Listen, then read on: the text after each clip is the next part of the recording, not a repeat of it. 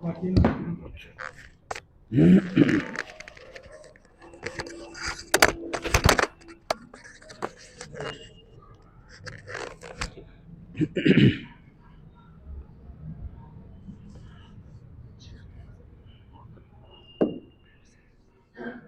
علیکم ورحمۃ اللہ وبرکاتہ۔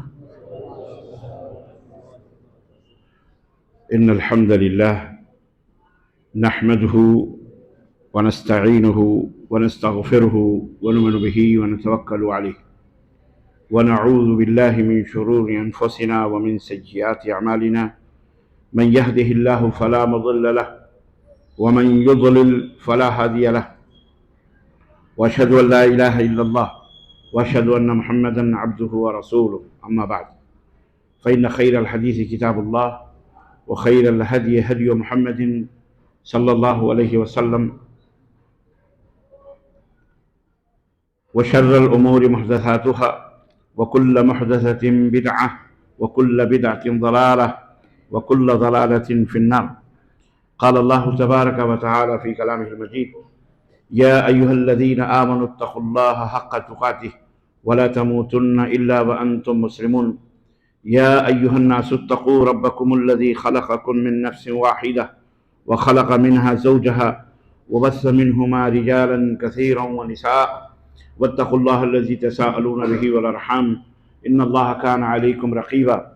يا أيها الذين آمنوا اتقوا الله وقولوا قولا سديدا يصلح لكم أعمالكم ويغفر لكم ذنوبكم ومن يطع الله ورسوله فقد فاز فوزا عظيما.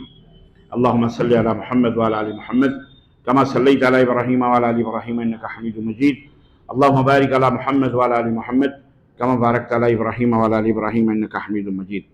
تمام قسم کی حمد و ثنا، کبریائی اور بڑائی اس اللہ عز و جل کے لیے لائق و زیبا ہے جس نے ہمیں اور آپ کو پیدا فرمایا، اور بیش بہا درود و سلام اس ذات مبارکہ مطہرہ پر جن کا نام نامی اسم گرامی احمد مجتبیٰ محمد مصطفیٰ صلی اللہ علیہ وسلم۔ معزز علماء کرام، سامعین احترام، نوجوان دوستوں، بزرگوں اور بھائیوں اور قابل احترام اسلامی ماں اور بہنوں اور عزیز بچوں، آج بتاریخ 13 دسمبر سن 2023 عیسوی کے اس اجتماع میں جو جامع مسجد میں تیمیہ جعفر آباد دہلی کے اندر منعقد ہوا ہے، دعوتی اور اصلاحی اجتماع، تبلیغی اجتماع، اس میں جس موضوع پر میں آپ حضرات سے گفتگو کرنے کی سعادت حاصل کر رہا ہوں وہ بڑا ہی بنیادی موضوع ہے۔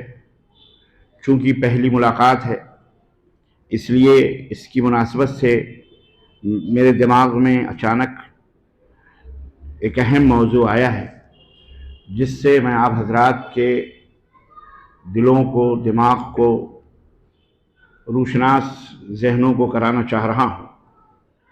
اللہ عز و جل سے دعا ہے کہ اللہ تعالیٰ کہنے اور سننے زیادہ عمل کرنے کی توفیق عطا فرمائے، آمین یا رب العالمین۔ اس سے پہلے کہ میں اپنے موضوع کی وضاحت کروں، میں اللہ تبارک و تعالیٰ کے شکریہ کے بعد مشکور اور ممنون ہوں اپنے مرکزی جمعیت اہل حدیث کے امیر محترم فضیلۃ الشیخ اظہر علی امام مہدی حفظہ اللہ کا کہ انہوں نے یوں سمجھیے آج ہی صبح کو میں حاضر ہوا اور ظہر کے بعد یہ حکم دیا یا اس سے پہلے کہ تم کو جعفر آباد جامع ابن تیمیہ کے لوگوں کو خطاب کرنے کے لیے جانا ہے۔ بڑی مسرت ہو رہی ہے آپ حضرات کے یہ پر رونق اور پربہار چہروں کو دیکھ کر۔ اللہ تبارک و تعالیٰ آپ لوگوں کو شاداب رکھے، آباد رکھے۔ اور اس سے بڑی ایک اور مسرت آج مجھے حاصل ہوئی کہ بہت پہلے کی بات ہے، جب میں دہلی کے اندر پڑھنے کے لیے آیا تھا، اس وقت دو نام میں نے سنے تھے۔ سن 1982 کی بات ہے یا 83 کی، دو جوڑیاں، ایک جوڑی تھی جامعہ سلفیہ کی، ہمارے دائیں اور بائیں وہ دونوں ایک جوڑی بیٹھی ہوئی ہے. ہمارے رائٹ ہینڈ پر ہمارے انتہائی معزز اور موقر اور محترم شیخ حافظ طاہر حنیف حفظہ اللہ ہیں، اور دوسری طرف ہمارے حضرت مولانا عبدالستار صاحب حفظہ اللہ ہیں.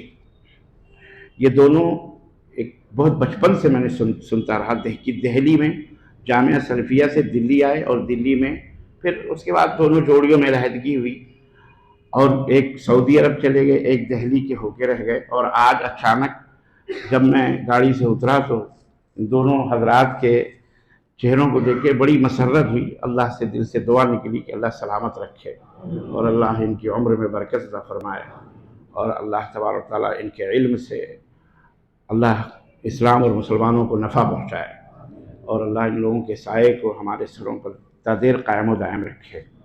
آمین یا رب العالمین.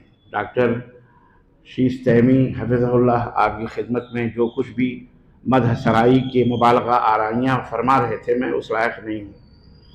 میں ایک ادنا سے طالب علم ہوں، اور اللہ سے یہی دعا کرتا ہوں کہ اللہ مجھے طالب علم ہی رکھے، طالب علم ہی رکھے، کیونکہ طالب علم کا جو مقام ہے اور جو مرتبہ ہے وہ اللہ کے رسول صلی اللہ علیہ وسلم کی اس حدیث سے واضح ہے کہ نبی کائنات صلی اللہ علیہ وسلم نے فرمایا کہ من سلک طریقا یلتمس فیہ علما سہل اللہ له طریق الجنہ، او کما قال رسول اللہ صلی اللہ علیہ وسلم، کہ جو آدمی علم کی جستجو اور علم کی تلاش میں سفر کرے یا اپنے گھر سے نکلے اور علم کی جستجو کے لیے آئے، اللہ تبارک و تعالی اس کے لیے جنت کے راہوں کو آسان فرما دیتا ہے.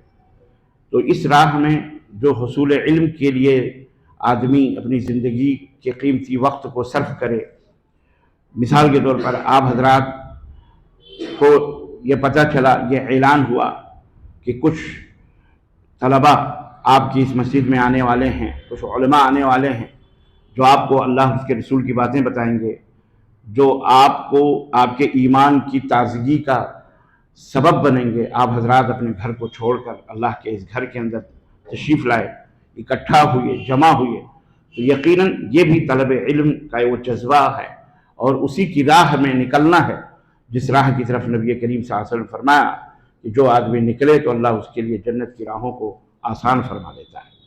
تو یقیناً ہمیں اپنے نبی کے اوپر جو صادق المصدوق ہیں، یقیناً ہمیں یقین ہے کہ اللہ تبارک و تعالیٰ ضرور ہمارے لیے جنت کی راہوں کو آسان فرمائے گا، اور دنیا کی زندگی کو بھی اللہ تعالیٰ ہمارے لیے اس کی راہ پر چلنے کے لیے اس زندگی کو آسان اور سہل بھی بنائے گا انشاءاللہ تبارک و تعالیٰ. عزیزان گرامی، مختصر سا وقت ہے، لیکن اس مختصر سے وقت میں 3 باتیں میں آپ حضرات کی خدمت میں رکھنا چاہ رہا ہوں، اور یہ وہ 3 باتیں وہ ہیں جن کی جانکاری، جن کا علم لینا ہر مسلمان کے اوپر واجب اور فرض ہے. اس لیے کہ اگر ان 3 باتوں کا علم آپ کو نہیں ہوگا تو پھر آخرت کی جو پہلی منزل ہے، آخرت کی منزل وہی نہیں ہے بلکہ اس سے آگے منزل ہے، لیکن اس سے پہلی منزل آنکھ بند ہونے کے بعد، اس گھر کو چھوڑنے کے بعد جو پہلا گھر ہے، جہاں جو ہماری پہلی منزل ہے، جہاں ہمیں اکیلے رہنا ہے، تنہا رہنا ہے، وہاں پر ان 3 باتوں کے بارے میں آپ سے ضرور بضرور پوچھا جائے گا. اور اس لیے ضروری ہے کہ ان 3 باتوں کی وضاحت اور اس کی تفصیل بھی مختصراً آپ اور اس کی معرفت آپ کو حاصل ہو. اگر اس کی معرفت آپ کو حاصل نہیں ہوگی تو پھر وہی ہوگا جو نبی کریم صلی اللہ علیہ وسلم نے فرمایا کہ جب فرشتے اس سے ان 3 سوال کا جواب مانگیں گے تو ہر سوال کے جواب میں کہے گا ہا ہا لا ادری، ہائے مجھے نہیں معلوم ہے، ہائے مجھے نہیں معلوم ہے. تو پھر جہنم کے دروازے اس کے لیے کھول دیے جائیں گے. اللہ ہم سب کو، ہمارے ماں باپ کو جہنم سے نجات عطا فرمائے، اور ہم سب کی گردنوں ہم سب کی گردنوں کو جہنم سے آزاد فرمائے. آمین یا رب العالمین. 3 باتیں بالکل عام ہیں. اللہ کے نبی صلی اللہ علیہ وسلم کی حدیث کی روشنی میں وہ تینوں باتیں ہمارے اوپر واضح بھی کر دی گئیں، اور ان کے جوابات بھی یہ ایک ایسا سوال ہے جس میں کامیاب ہونے کے لیے اس کا جواب بھی آپ کو بتا دیا گیا ہے کہ ان سوالوں کے جواب کی تیاری اسی دنیا کے اندر کر لو، تاکہ جب تم سے ان 3 سوالوں کا جواب مانگا جائے تو آسانی کے ساتھ ان تینوں سوالوں کا جواب دے دو۔ لیکن ایک بات قابل غور ہے، اور وہ یہ ہے کہ دنیاوی جو سوالات ہیں ان کے جوابات رٹ کر، حفظ کر کے، یا دماغوں میں، دلوں میں بٹھا کر، یا مشق کر کے ہم امتحان حال میں یا جہاں کہیں بھی ہمارا امتحان ہو ہم بڑی آسانی کے ساتھ اسے دے لیں گے۔ لیکن یہ عجیب و غریب سوالات ہیں اور یہ عجیب و غریب جوابات ہیں کہ زندگی بھر آپ صرف رٹا مارتے رہیں، اس کو مشق کرتے رہیں، لکھتے رہیں اور دماغوں میں بھرتے رہیں۔ امتحان حال میں اگر اس کے تقاضوں کو ہم نے پورا نہیں کیا تو اس یہ رٹا رٹایا سبق وہاں اس پہلی منزل میں ہمیں کام نہیں آئے گا۔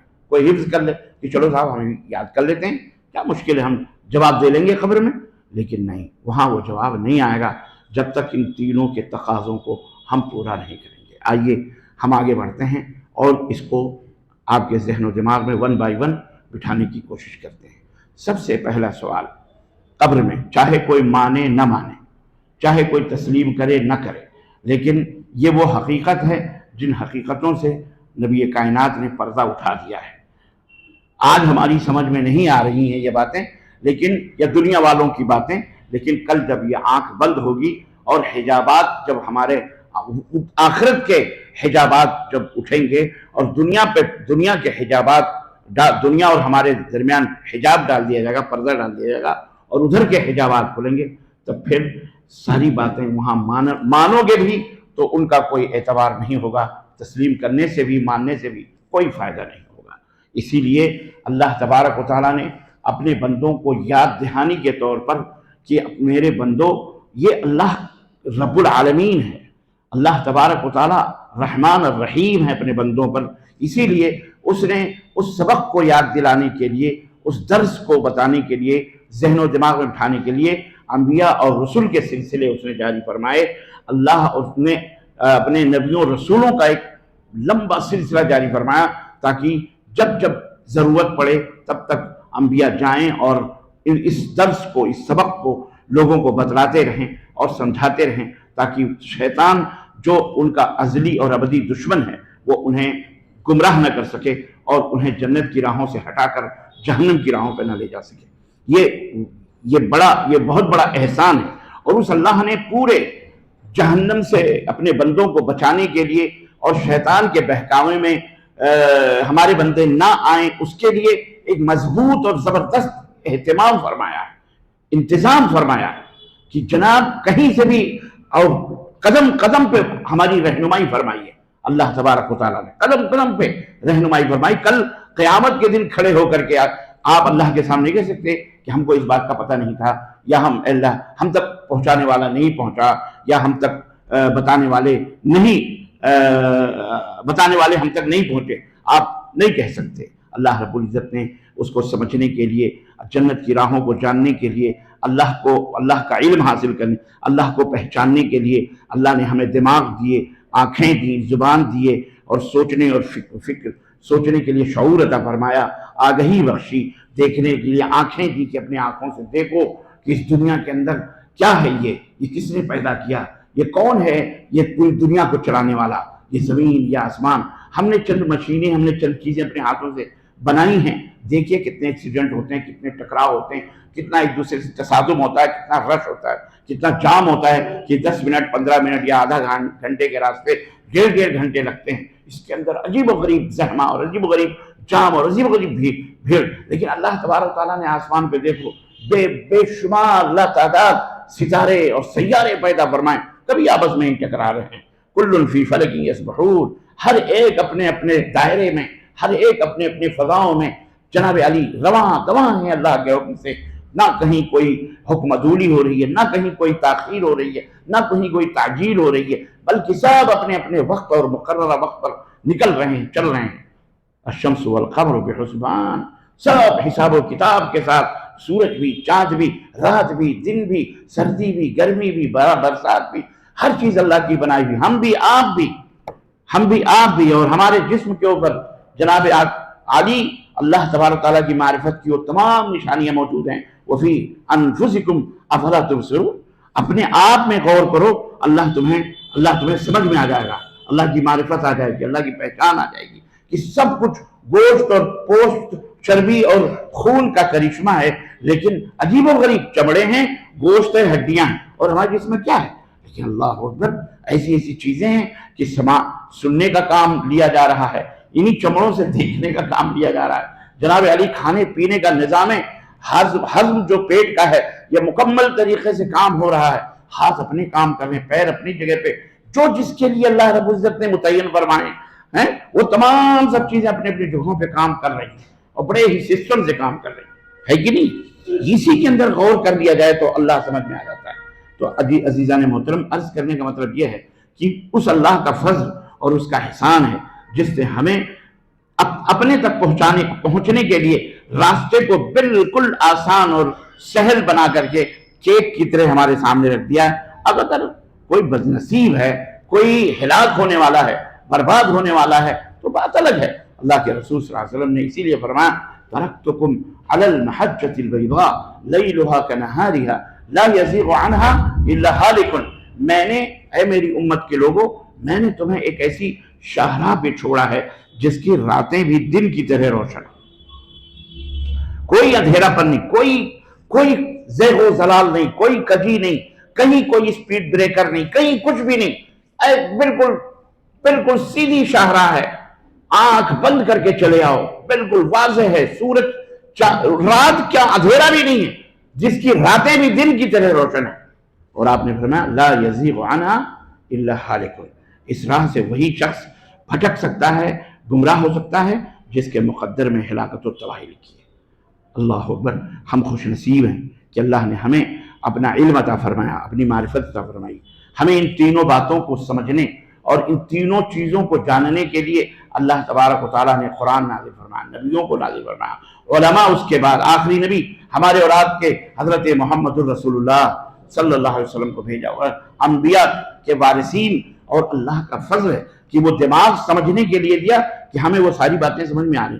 لیکن بہت سارے حیوانوں سے بھی بدتر اسی کائنات میں لوگ ہیں، آپ اور ہمارے جیسے انسان ہیں، لیکن اللہ نے ان کے نصیبے میں نہیں لکھا ہوا. اور ایسی بات نہیں ہے کہ اللہ نے انہیں مجبور کیا ہوا ہے، یہ بات ایسی ہی میں کہہ رہا ہوں، یہ نہ کوئی سمجھے کہ اللہ نے انہیں مجبور کیا ہوا. اللہ نے مجبور نہیں کیا ہوا ہے، مطلب وہ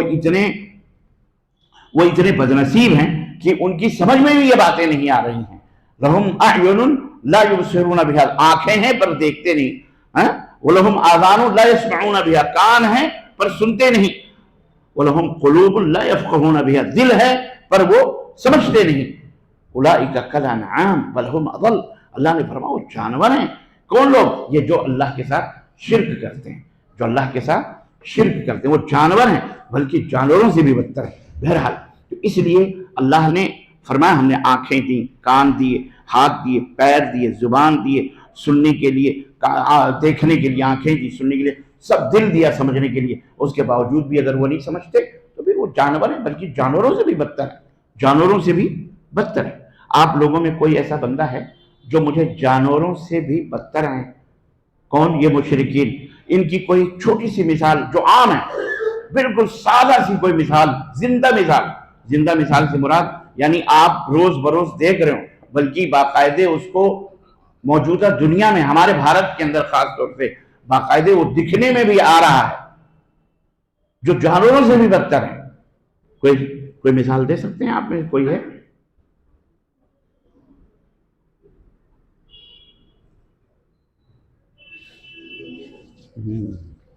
دے سکتا کوئی بھی مثال؟ چاہتے سب ہیں کہ ہوں اوج ثریا پہ مقیم، چاہتے سب ہیں کہ ہوں اوج ثریا پہ مقیم. علامہ اقبال کہتے ہیں لیکن پیدا تو کرے کوئی ویسا قلب سلیم. سب جنت جنت جنت، سب جنت کے متلاشی ہیں، لیکن جنت میں جانے کا جو راستہ ہے، جنت میں جانے کا جو ہنر ہے، جنت میں جانے کا جو طریقہ ہے، اس طریقے سے جانے کی کوشش کرو۔ بس آپ اس دنیا میں کیوں ہیں؟ اس لیے نہیں ہے کہ کھاؤ پیو، واش روم جاؤ، سو جاؤ، بیڈ روم جاؤ، اور اس کے بعد آخری روم میں چلے جاؤ، جہاں سے پھر دوبارہ کسی روم میں واپس آنے کا موقع آپ کو نہیں ملے گا۔ اس لیے تھوڑی ہم پیدا ہوئے ہیں یارو، اس لیے تھوڑی اللہ نے ہم کو بھیجا۔ اپنا بھی خود بھی محنت کرو، جانکاری لو، علم حاصل کرو۔ آج یہ علماء ہیں، آج جانکار لوگ موجود ہیں، آپ کو آ کے بتا دیتے ہیں۔ کل کا جو آنے والا دن ہے وہ ہلاکت و بربادی والا، آپ کو خراب، آپ کو برباد کرنے کے لیے اور آپ کے انہی تمام سب باتوں کو ختم کرنے کے لیے جو سازشیں دشمنان رچ اور کر رہے ہیں، اس وقت کیا ہوگا؟ یہ ہمارے ننھے منھے بچوں کا کیا ہوگا؟ آنے والی نسلوں کے لیے آپ نے کیا سوچا ہے؟ تو آپ جب خود ہی نہیں آپ کو پتا ہوگا تو ان بچوں کو کیا معلوم ہوگا؟ ان کو کون ایجوکیٹ کرے گا؟ کون ان کو بتائے گا آخرت کے بارے میں؟ کون ان کو بتائے گا اللہ کے بارے میں؟ ہم نے کبھی سوچا ہے؟ بس صرف اچھے کپڑے پہن لو، اچھی گاڑیاں ہوں، اچھے گھر ہوں، خلاص اپنا کھا لو پی لو، اچھی بیویاں ہوں، اچھی گاڑی، اچھا گھر، اچھی بیوی، بقیہ زندگی ختم۔ یہی زندگی کا خواب ہے، یہی مقصد نہیں ہے ہمارا۔ ہم کسی اور مقصد کے لیے پیدا کیے گئے، صرف اپنی عبادت کر کے خود بچا لو، جنت میں چلے جاؤ، یہی مقصد بھی نہیں۔ یہ تو مطلوب ہے ہر ایک انسان سے۔ میں نے آپ سے چھوٹی سی ایک مثال مانگی ہے، آپ کو قرآن کی اس آیت کی زندہ مثال آپ کے، اور لیٹسٹ بالکل عام ہے، اسٹیجوں پر باقاعدہ بیان کیا جائے، آپ دیکھتے بھی ہو۔ نہیں سمجھ میں آیا؟ نہیں آتا، میں بتاتا ہوں آپ کو۔ بتاؤں؟ آپ کہہ دو کہ ہاں بتائیے، تو یہ تو بالکل آپ کو ہم سجا سجا کے اسی طرح سے ہم نے تن آسانی اور ذہن اور فکر کے اوپر زور نہ پڑے، آپ عادی ہو گئے اس کے۔ آپ بھی پڑھیے، آپ بھی سوچیے، آپ بھی غور کیجیے، اپنے چاروں طرف چلیے، تو یہیں سے آپ نکل کر کے باہر مین روڈ پہ جائیں، آپ کو ہزاروں باتیں آپ کو اللہ کی، رسول کی بہت آسانی کے ساتھ سمجھ میں آ جائے گی۔ ہر چیز کے اندر آپ کو اللہ کی نشانیاں، اللہ کو جاننے کے لیے سمجھ میں آ جائے گی، اور اللہ کی آیتوں کو سمجھنے کے لیے۔ میں نے بتایا بالکل زندہ مثال۔ آج کے زمانے میں عام طور پر یہ کہا جاتا ہے کیا کہ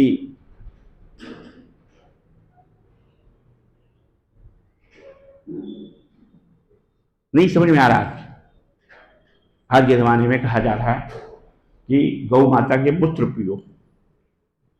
آپ کو ہوگی یہ کون سی بات رہی؟ بہت بڑی بات ہے۔ اولئک کالانعام بل ہم اضل۔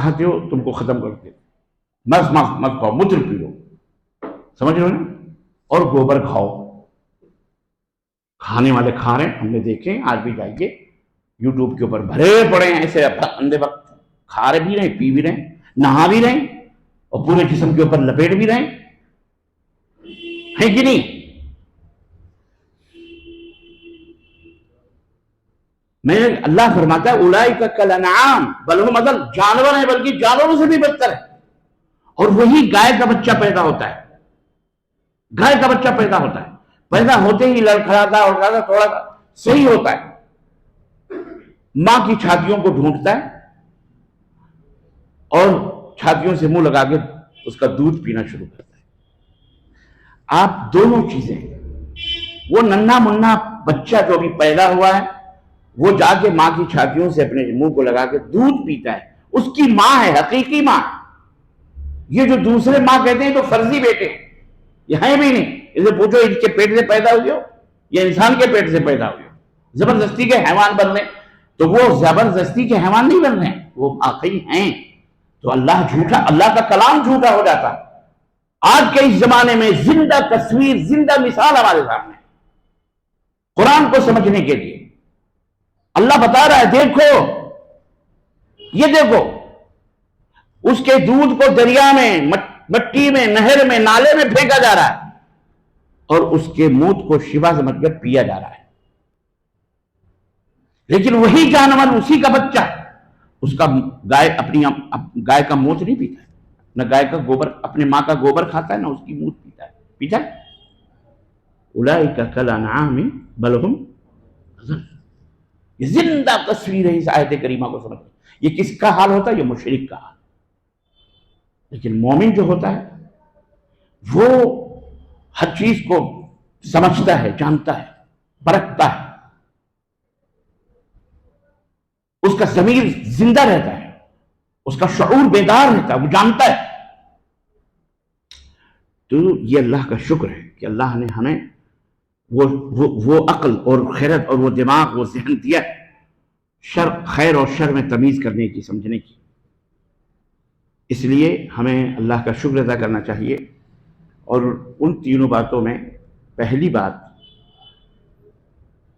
جو پہلا آپ کو سب کو پتہ ہے، ما دینوں کا، من ربوں کا، ما دینوں کا، اور من نبیوں کا۔ تمہارا رب کون ہے، تمہارا دین کیا ہے، اور تمہارے نبی کون ہے۔ بس سمپل سے سوال ہے تینوں، اور جواب بھی ہے۔ میرا رب کون ہے؟ اللہ ہے۔ میرا دین کیا ہے؟ اسلام ہے۔ اور میرے نبی کون ہیں؟ محمد صلی اللہ علیہ وسلم۔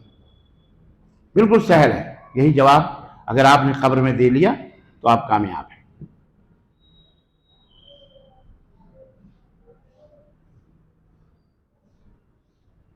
عزیزان محترم، لیکن اس کا جواب سب کو پتہ ہے۔ بے کلمہ ہے وہ اس کو بھی معلوم ہے، جو با کلمہ ہے اسے بھی بتا دو تو اسے بھی پتہ ہے کہ قبر میں یہ تین سوالات ہوتے ہیں۔ کیا تیاری کرتے ہیں مسلمان آج؟ من رب کا، تمہارا رب کون ہے؟ رب کون ہے؟ اللہ ہے۔ بس ہو گئی بات۔ سنو، یہ سب سے بڑا علم ہے۔ یہ علموں میں سب سے بڑا علم کیا ہے؟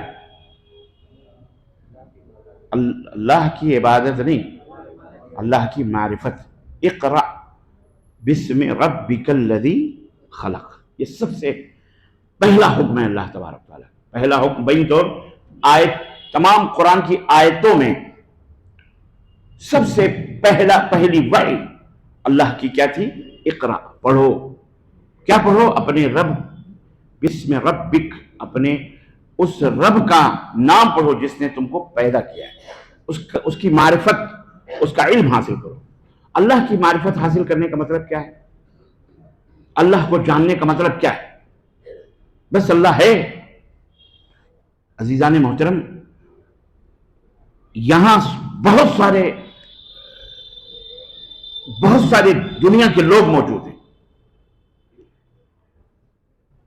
اللہ کی معرفت کیا مطلب؟ اللہ جاننا۔ یہ حکم اس معاشرے اور اس ماحول میں اس کے علم اور اس کی جانکاری کے لیے اللہ کے نبی نے تعلیم دی جس ماحول میں آپ صلی اللہ علیہ وسلم پیدا ہوئے۔ اور اس ماحول وہ ماحول تھا جو صرف اللہ کو جانتا ہی نہیں تھا بلکہ اللہ کو مانتا بھی تھا، اللہ کے گھر کی عزت بھی کرتا تھا، اللہ کے گھر کا طواف بھی کرتا تھا، حج بھی کرتا تھا۔ وہ معاشرہ، وہ لوگ اللہ کے گھر کی حفاظت بھی کرتے تھے، غلاف کعبہ بھی چڑھاتے تھے، چراغ بتی بھی کرتے تھے، آب زمزم بھی پلاتے تھے، حج بھی کرتے تھے، حاجیوں کی خدمت بھی کرتے تھے، منی بھی جاتے تھے، مزدلفہ بھی جاتے تھے، روزہ بھی رکھتے تھے، وہ نماز بھی پڑھتے تھے، جنہیں ہم کفار مکہ کہا کرتے ہیں۔ قرآن پڑھیے، قرآن میں کئی آیتیں ہیں۔ لئن سألتهم من خلق السماوات والارض، اے نبی اگر آپ ان سے پوچھیں زمین اور آسمان کو کس نے پیدا کیا، اگر آپ ان سے پوچھیں تم کو کس نے پیدا کیا، اگر آپ ان کو پوچھیں کہ دنیا چلانے والا کون ہے جو زندے سے مردے کو زندہ کرتا ہے، کون ہے، یہ تمام سب سوالات اگر ان سے پوچھیں وہ سب کہیں گے اللہ اللہ اللہ اللہ اللہ اللہ ہے، پھر بھی وہ کافر ہے۔ تو اللہ کا علم حاصل کرنے کے، اللہ کا نام جاننے، اللہ کی معرفت حاصل کرنے کا پھر مطلب کیا ہے؟ بات سمجھ میں آ رہی کہ نہیں آ رہی؟ پھر اللہ کی جانکاری لینے کا مطلب کیا ہے؟ اگر یہ مسئلہ حل ہو جائے، اللہ کی قسم یہ جو گلی گلی میں ہم نے الگ الگ مسجدیں بنائی ہیں نا، ان مسجدوں یہ سب ایک ہی انداز میں ساری ہو جائیں، ایک ہی فکر، ایک ہی سوچ سب کی ہو جائے، سب ایک بڑے فارم پہ ہو جائیں، جو ٹکڑے ٹکڑے ہو کر کے لوگوں نے مختلف انداز سے اپنے اپنے مسجدیں بنا کر، وہ اس کے پیچھے نماز نہیں پڑھتا، وہ اس کے پیچھے، حالانکہ دونوں کلمہ پڑھتے ہیں، اور ہمارا حال بالکل یہود و نصارہ کی طرح ہو گیا ہے۔ وقالت اليهود ليست النصارى على شيء وقالت النصارى ليست اليهود على شيء وهم يتلون الكتاب۔ یہودی کہتے ہیں کہ نصرانی کرسچن غلط ہیں، اور کرسچن کہتے ہیں یہودی غلط ہیں۔ اللہ فرماتا ہے حالانکہ دونوں تلاوت کرتے ہیں کتاب کی جو اللہ نے نازل فرمائی، تو یہود و نصارہ کے نقش قدم پہ تو ہم چل پڑائیں، بلکہ اللہ کے نبی نے تو یہاں تک فرمایا کہ قدم سے قدم ملا کے چلو گے، یہی نہیں بلکہ یہاں تک فرمایا کہ ان میں 73 فرقے ہوئے، 72 فرقے ہوئے، وہ 72 فرقوں میں بیٹے، میری امت 73 فرقوں میں بیٹے گی، ایک ہاتھ اور آگے جائے۔ اللہ کے بارے میں 73 فرقے، اللہ کی عبادت کے بارے میں لوگوں کو شبہ ہے، اللہ کی عبادت کے بارے میں لوگوں کو شک ہے، اللہ کی عبادت بھی کرتے ہیں اور غیر اللہ کی بھی عبادت کرتے ہیں، اللہ کو بھی پکارتے ہیں، غیروں کو بھی پکارتے ہیں، اللہ کو بھی مشکل کشا سمجھتے ہیں، غیر اللہ کو بھی مشکل کشا سمجھتے ہیں، اللہ کو بھی حاجت روا سمجھتے ہیں، غیر اللہ کو بھی حاجت روا سمجھتے ہیں، اللہ سے بھی مانگتے ہیں، غیر اللہ سے بھی مانگتے ہیں، ہے کہ نہیں؟ یہ بہت بڑی بات ہے، یہ کوئی معمولی چیز نہیں۔ اس کو سمجھنے کے لیے اللہ تبارک تعالیٰ نے نبیوں کے سلسلوں کو جاری فرمایا، اس کو سمجھنے کے لیے آخری نبی حضرت محمد رسول اللہ صلی اللہ علیہ وسلم کو مبعوث فرمایا، ان کو کتاب عطا فرمائی اور کتاب کی تشریحات فرمائی، صحابہ عطا فرمائے تاکہ صحابہ اس کو دیکھ نبی کی تعلیمات کو سن کر اس کے مطابق وہ اپنی زندگی گزاریں، اور لوگوں کو حکم دیا گیا، اللہ تعالیٰ نے لوگوں کو حکم دیا فَإِنْ آمَنُوا بِمِثْلِ مَا آمَنْتُمْ بِهِ فَقَدِ اهْتَدَوْا، اگر یہ سنسار کے لوگ، کائنات کے لوگ اس طرح سے ایمان لائیں جس طرح اے میرے نبی کے صحابہ تم ایمان لائے ہو، تمہارا عقیدہ ہے، تو یاد رکھو یہ سارے کے سارے ہدایت یافتہ ہیں۔ کوئی زیادہ جھگڑا نہیں تھا اللہ میں، اللہ کے رسول صلی اللہ علیہ وسلم میں اور کفار مکہ میں، بس ایک معمولی سی چیز تھی، اور وہ چیز تھی یہ مَا نَعْبُدُهُمْ إِلَّا لِيُقَرِّبُونَ إِلَى اللَّهِ زُلْفَىٰ، واللہ الہ الا اللہ کا معنی ہم سے زیادہ سمجھتے تھے۔ جب اللہ کے نبی صلی اللہ علیہ وسلم نے انہیں لا الہ الا اللہ کی طرف بلایا تو ابو جہل نے کہا اس نے کہا کہ اجعل الآلہۃ الہا واحدا، اس نے تو تمام معبودوں کو چھوڑوا کر ایک ہی معبود کی دعوت دے رہا ہے، یعنی وہ جن اپنے بنائے ہوئے ہاتھوں سے بنائے ہوئے جن بتوں کو مانتے تھے، یا جو کاری کرم کرتے تھے، یا جو اعمال ان کے ساتھ کرتے تھے، نظر کے، نیاز کے، ان کے ساتھ عقیدتوں کے، محبتوں کے، وہ تمام سب جو کچھ بھی ڈھونگ دھتورے کفار مکہ ان کے ساتھ کرتے تھے، وہ یہ جانتے تھے کہ ہم ان کی یہ تمام سب ان کے ساتھ کرنے سے جو ہم کر رہے ہیں یہی عبادت ہے، ان کو پتہ تھا، ان کو پتا تھا کہ یہ جو ہم کر رہے ہیں اصل میں یہی عبادت ہے۔ لیکن آج کل کا یہ کلمہ پڑھنے والے بعض مسلمان ایسے ہیں کہ ان کو یہی نہیں پتا ہے کہ یہ جو کچھ ہم کر رہے ہیں یہ عبادت ہے، وہ کیا کہتے ہیں یہ عقیدت ہے، یہ کیا ہے، ہم عقیدت میں پکار رہے ہیں، کیا کر رہے ہیں ہم، بولو، ادھر عقیدہ وہ سمجھتے تھے کہ ہاں یہی عقیدہ ہے، اور آج کا اسی عقیدے کو عقیدت کہہ دیا گیا، بس یہی فرق تھا۔ اللہ نے اسی کو ختم کرنے کے لیے نبی کریم صلی اللہ علیہ وسلم کو یہ ذہنیت، یہ فکر، وَمَا نَعْبُدُهُمْ إِلَّا لِيُقَرِّبُونَ إِلَى اللَّهِ زُلْفَىٰ، اللہ کے رسول صلی اللہ علیہ وسلم سے اللہ کے نبی صلی اللہ علیہ وسلم نے جب ان سے پوچھا کہ ان کی عبادت کیوں کرتے ہو، کیوں نظر و نیاز چڑھاتے ہو، کیوں ان کو پکارتے ہو، کیوں ان سے دعائیں کرتے ہو، کیوں ان کو مشکل کشا سمجھتے ہو، کیوں ان کو حاجت روا سمجھتے ہو، کیوں اپنے تمام معاملات میں انہیں کارساز سمجھتے ہو، کام کے بنانے والا، تو وہ کہتے تھے مَا نَعْبُدُهُمْ إِلَّا لِيُقَرِّبُونَ إِلَى اللَّهِ زُلْفَىٰ۔ قرآن ہے یہ، قرآن، یہ میں اپنی طرف سے کوئی عبارت نہیں پڑھ رہا ہوں، یہ قرآن کریم ہے، اللہ رب العزت نے ان کے ان باتوں کو نقل فرمایا ہے قرآن میں، کہ وہ کہتے تھے کہ ہم تو صرف ان کی اس لیے عبادت کرتے ہیں اور یہ تمام تاکہ ہمیں اللہ سے قریب کر دیں، بڑے گنہگار ہیں، بدکار ہیں، سیاکار ہیں، ہم کیسے اللہ کو پکار سکتے ہیں؟ سیم آج بھی وہی معاملہ ہو رہا ہے، بزرگوں کا وسیلہ، ولیوں کا وسیلہ ہے کہ نہیں، فلاں کا وسیلہ ڈھنگا، یہ وسیلہ ہی ہے، اسی وسیلہ کو ختم کرنے کے لیے رسول اللہ صلی اللہ علیہ وسلم آئے۔ ہم نے اتنا بڑا میٹر بنا لیا اس کو، اتنا بڑا نہیں، بہت چھوٹا سا مسئلہ ہے توحید۔ علامہ اقبال نے کہا کہ سمجھ میں نقطۂ توحید آ تو سکتا ہے، سمجھ میں نقطۂ توحید آ تو سکتا ہے، تیرے دماغ میں بت خانہ ہو تو کیا کہیے۔ یہاں تو بت دلوں میں بیٹھے ہوئے ہیں نا، دماغوں میں پہلے سے صنم بٹھا بٹھا کے رکھے۔ اور کتنی پیاری بات کی اقبال نے، خدا سے بتوں سے تجھ کو امیدیں، بتوں سے تجھ کو امیدیں، خدا سے نو امیدی، مجھے بتا تو صحیح اور کافری کیا ہے، مجھے بتا تو صحیح اور کافری کیا ہے۔ ہم اس کو معمولی سمجھے ہوئے ہیں، اتنا معمولی سمجھے ہوئے ہیں، میں کلمہ تو پڑھ رہا ہے، وہ بھائی مسلمان تو ہے، کلمہ پڑھ رہا ہے۔ ایسے تو کفار کبھی ہے، کیا ہمارے یہاں ہندوستان کے بھارتی بہت سارے دوسرے لوگ بھی کلمہ پڑھ لیتے ہیں، تو کیا مطلب؟ کلمہ پڑھنے کا مطلب یہ نہیں ہے کہ زبان سے، جو اقبال نے کہا زبان سے کہہ بھی دیا لا الہ تو کیا حاصل، دل و نگاہ و دل جو مسلمان نہیں تو کچھ بھی، اصل تو دل ہے۔ یقین ہونا چاہیے، اس کا علم ہونا چاہیے، اس کے تقاضوں کو پورا کرنا چاہیے۔ اس لا الہ الا اللہ کا مطلب کیا ہے؟ اللہ کی معرفت، اللہ کی معرفت، اللہ کی معرفت۔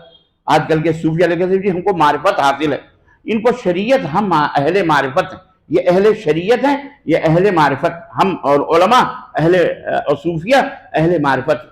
تو نے پی کتابوں سے، ہم نے پی نگاہوں سے، تو نے پی کتابوں سے، ہم نے پی نگاہوں سے، فرق ہے یہی زاہد تیرے میرے پینے میں۔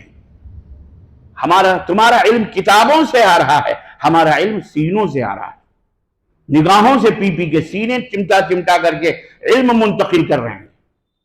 بیعتیں خلط فاخرہ دی جا رہی ہے، چادر اڑھائی جا رہی ہے، ٹوپیاں اتار اتار کے دی جا رہی ہیں کہ بس قادری، چشتی، نقشبندی، سہروردی، یہ سورا پورا ڈھونگ دھتورا لو، اب اس کے مالک آپ کو ہم بنا رہے ہیں، اب آپ بھی یعنی باقاعدہ شریعت کے بالمقابل ایک نیا دین رسول صلی اللہ علیہ وسلم کے مقابل میں شیطان نے قائم کیا، جسے دین تصوف کہا جاتا ہے۔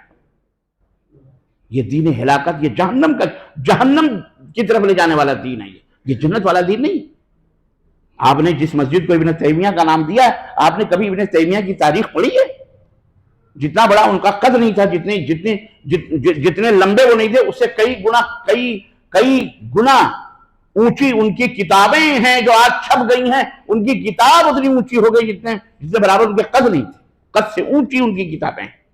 علامہ ابن تیمیہ رحمۃ اللہ علیہ، اللہ اکبر، جن کا جنازہ ہماری تمہاری طرح محلوں سے نہیں اٹھا، اسی علم کی اور اللہ کے اسی دین اور اسی توحید کی ترویج اور اس کی اشاعت کے لیے جن کا جنازہ جیل کی سلاخوں کے پیچھے سے اٹھا ہے۔ بہت آسانی سے ہم ابن تیمیہ کہہ دیتے ہیں، پڑھو ابن تیمیہ کو، جانو ہمارے بزرگوں نے، ہمارے لوگوں نے کیا کیا قربانیاں دی ہیں اس توحید کو پہنچانا۔ کوئی دوسروں نے نہیں، وہاں کوئی رام گوپال نہیں تھے جیل میں پہنچانے والے، وہاں اپنے ہی کلمہ پڑھنے والے لوگ تھے، دوسرے اور نہیں۔ الزامات، تہمتیں، مار پیٹ، قتل، خون، غارت گری، کیا نہیں ابن تیمیہ رحمۃ اللہ علیہ سازشیں کی ہیں، اور ہمارے اسلاف کی داستان ہے۔ بہرحال کہنے کا مطلب یہ ہے کہ بہت مختصر توحید کی بات کو سمجھنا، لیکن جناب علی یہ وہ کڑوی گولی ہے جو جلدی سمجھ میں جلدی نہیں آتی ہے، یہ سب کی سمجھ میں آنے والی بات نہیں ہے۔ اللہ جس کو جنت میں داخل کرنا چاہے گا، اللہ تبارک و تعالیٰ جسے چاہے گا اسے یہ ہدایت فرمائے گا۔ نہ اس میں حسب کام آتا ہے، نہ نسب کام آتا ہے، نہ اس میں خون کام آتا ہے، نہ اس میں رشتے، نہ ناطے داریاں۔ حضرت صہیب رومی روم سے آ کر کے حاصل کر رہے ہیں، حضرت بلال حبشی حبشہ سے آ کر کے حاصل کر رہے ہیں، بڑے بڑے کیا کہتے ہیں صحابہ ادھر ادھر سے آ کر کے جنت کے راستے حاصل کر رہے ہیں، اور وہیں چچا ابو طالب گھر میں ایک ساتھ رہ رہے ہیں، ہنڈی ایک ساتھ پک رہی ہے۔ اللہ کے رسول صلی اللہ علیہ وسلم مکہ کی زندگی میں ایک ساتھ، اگر ابتلا اور آزمائش میں بھی نبی کریم صلی اللہ علیہ وسلم پڑھے تو چچا یہ نہیں چھوڑ دیا کہ جاؤ بیٹا اب ہمارا تمہارا راستہ یہاں سے الگ ہو رہا ہے، تم جاؤ، وہ کیا کہتے ہیں 3 سال کے لیے جداگانہ زندگی گزارو الگ سے، اور ہم ایک الگ، ہم تمہارا ساتھ نہیں دے سکتے۔ نہیں، وہ کافر ہوتے ہوئے بھی اپنے بھتیجے محمد الرسول اللہ صلی اللہ علیہ وسلم کے ساتھ اس کیا کہتے ہیں شیب ابی طالب کے اندر جا کے بیٹھے رہے، اللہ کے نبی کے ساتھ رہے، محبت، شفقت، مدد، نصرت، حمایت، ہر طرح مکے والوں نے کہا کہ وہ اپنا بھتیجا مجھے دے دو، کئی جتنے نوجوان چاہو خوبصورت سے خوبصورت ہم تمہیں ان کے بدلے دے دیں گے۔ ابو طالب نے کیا کہا؟ میرے بھتیجے کو قتل کرنا چاہتے ہو؟ سنو، بوڑھے ابو طالب کی لاش سے تمہیں گزرنا پڑے گا بھتیجے تو پہنچنے کے لیے۔ لیکن افسوس کی بات یہ ہے، انک لا تہدی من احببت ولکن اللہ یہدی من یشاء۔ نبی کریم صلی اللہ علیہ وسلم کی ہزار محبتوں چاہتوں کے باوجود، اور چاہت کا وہ نرالا انداز بھی دیکھیے کہ چچا بستر موت پر ہے، بستر مرگ پر ہے، اور اللہ کے نبی کان میں جا کے کہتے ہیں کلمتن وحاج جو بہا عند اللہ، میرے چچا وہ ایک کلمہ جو میں لوگوں کو کہا کرتا ہوں پڑھ لو، میں قیامت کے دن میرے کان میں کہہ لو، قیامت کے دن میں آپ کو بخشواؤں گا اللہ تعالیٰ سے، آپ کو لیے بغیر میں خود جنت میں نہیں جاؤں گا، آپ کہہ لو میرے کان میں۔ لیکن نہیں، کیا وہ عربی نہیں جانتے تھے لا الہ الا اللہ محمد رسول اللہ؟ بولو، نہیں جانتے تھے؟ ہم سے زیادہ جانتے تھے، ہم سے زیادہ جانتے تھے۔ آج ہمارے یہاں بہت سارے کلمہ پڑھنے والے لوگ جو شدہ، علم، چبوترے، قبر، مزار، درگاہ، تعویذ، گنڈے، پلیتے، یہ ہنگامے، یہ محرم، یہ 11ویں، یہ 12ویں، یہ جھنڈی، یہ بنڈی، عید میلاد میں جلوس غوثیہ، فلاں ٹکا، جو اسلام کا ڈھڈورا پیٹتے ہیں، آپ کیا سمجھ رہے ہیں؟ بڑی شادیاں بیاہ دوڑ دوڑ کے لوگ کرتے ہیں، ہمارا خونی رشتہ دار ہے۔ ولا اور برا، دوستی اور محبت اور دشمنی، یہ اللہ کے لیے ہوتی ہے۔ تمہیں بات آئی؟ آپ کہو گے مولانا 3 بات میں کتنا لمبا گھسیٹ رہے ہو تم، لیکن یہ سب پوری ایک پوائنٹ سے ریلیٹڈ ہیں، یہ وہ دوسرا تیسرا بھی تو باقی ہے اسی معرفت الہی سے۔ من رب کا، تمہارا رب کون ہے، اسی کی پہچان کروا رہا ہوں میں، اور اسی سے ریلیٹڈ جو ہم لوگ کاہلی اور سستی کیے ہوئے نا، اور ہم خود ضلالت و گمراہی میں پڑے ہوئے ہیں۔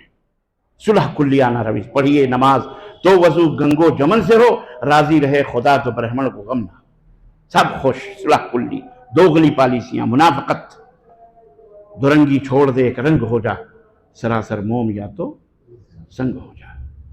عزیزان محترم، کلمہ اللہ کی معرفت، کلمہ توحید، کلمہ لا الہ الا اللہ کا علم ہے، اس کے تقاضے کو جاننا ہے، اور اس کے تقاضے کیا ہیں؟ جہاں اور بے شمار تقاضے ہیں، وہیں ان تقاضے میں سے ایک تقاضا ولا اور برا بھی ہے، اللہ کے لیے دوستی کرنا، اس کلمے سے محبت کرنا، اس کلمے سے، اس کلمے لا الہ الا اللہ سے محبت کرنا، اور اس کلمے کے پڑھنے والے سے محبت کرنا، اور اس کلمے کے پڑھانے والے سے، اس کلمے کا علم دینے والے سے بھی محبت کرنا، یہ ہماری ذمہ داری ہے۔ بات نہیں سمجھ میں؟ اس کلمے سے محبت کرو، اس کلمے کو جو پڑھ رہے ہیں جو لوگ، ان سے محبت کرو، اور اس کلمے کی طرف جو لوگ دعوت دے رہے ہیں ان سے بھی محبت کرو، اور یہ کلمے کی حقیقی دعوت جو دے رہے ہیں، وہ اوپر والی دعوت نہیں، بس کلمہ پڑھو جاؤ یا غوث المدد یا خواجہ غیاث یا نظام الدین اولیاء، جا کے وہاں اپنے ایمان کا سودا کرو، یہ کلمہ پڑھنے کا مطلب نہیں ہوتا ہے، یہ کلمہ پڑھنے کا مطلب نہیں ہوتا۔ بیوی وہ ہوتی ہے جو اپنے شوہر کے لیے، اپنے شوہر، نیک اور شریف اور سچی بیوی وہ ہوتی ہے جو اپنے شوہر کے بسترے پر، شوہر کا دوست کیا، شوہر کا جو محبوب سے محبوب، افضل سے افضل ترین اس کا باپ ہے، اسے بھی اپنے ساتھ بیٹھنا گوارا، بولو زور سے، وہ ہوتی ہے سچی بیوی، حقیقی بیوی ہو، وہ اس کی محبت الگ، اس کا احترام الگ، اس کی عزت الگ، اس کا سب کچھ الگ الگ، لیکن جو شوہر کے لیے ہے، اس کا بدن، اس کا جسم، اس میں اس کے شوہر کے سوا اسے کوئی حصہ لگا، اس میں کوئی حصے داری کر سکتا، بولو، اس میں کوئی شریک ہو سکتا، اس میں کوئی پارٹنر بن سکتا؟ بنا لو، بڑا آسان بنا ہے، اور تم نے اللہ کو سمجھا ہوا ہے، بہت آسان سمجھا ہوا ہے۔ غوث پاک بھی ہیں مشکل کشا ہیں، خواجہ صاحب بھی مشکل کشا ہیں، اولیاء بھی خوب بھر بھر کے مرادیں پوری کرتے ہیں۔ یہی دلی تھی، اللہ جنت نصیب فرمائے، محمد شاہ تغلق رحمۃ اللہ علیہ، پکے اہل حدیث تھے، اور 2 واسطوں سے علامہ ابن تیمیہ رحمۃ اللہ علیہ کے شاگردوں کے شاگرد کے شاگرد تھے وہ،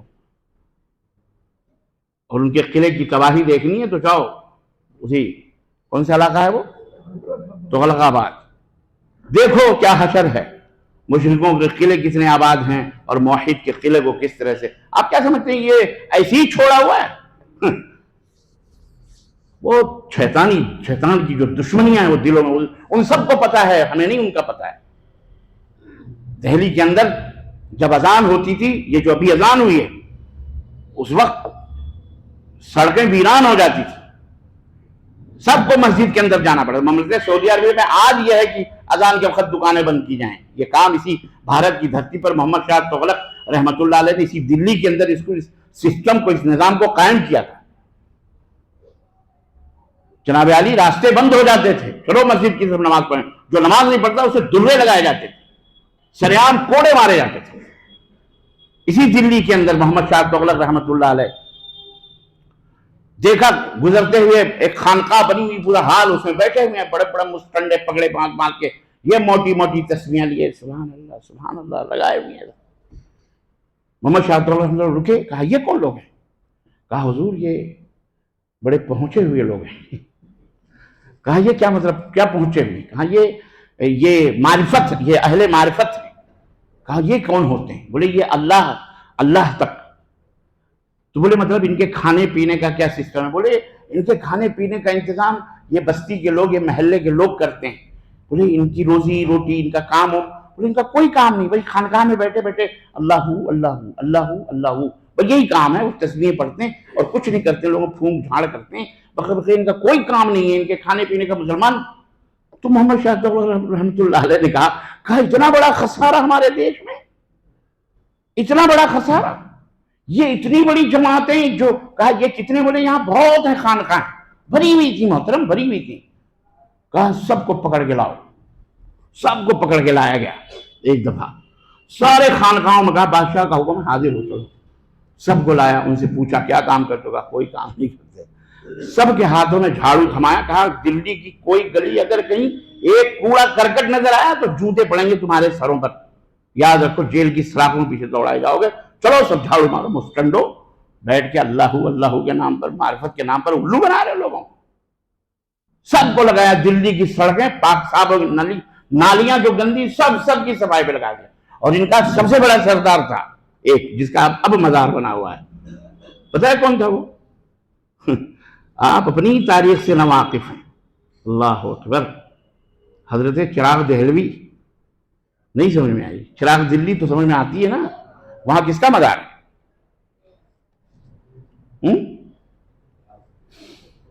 یہ سب کا سردار تھا. یہ اس کو کہا کہ تمہارا کام یہ، تم یہ بولے حضور یہ تو سب سے بڑے، یہ سب کے بڑے سردار ہیں. کہا تیرا کام یہ میرے پاپوش ہیں نا، روزانہ صاف کر کے یہاں لاگے بجا کر یہیں کھڑا رہ، جب میں ان کو میرے جوتے سیدھی کر، میرے جوتے مجھے پہنانا، آنا جانا، یہی تیرا کام.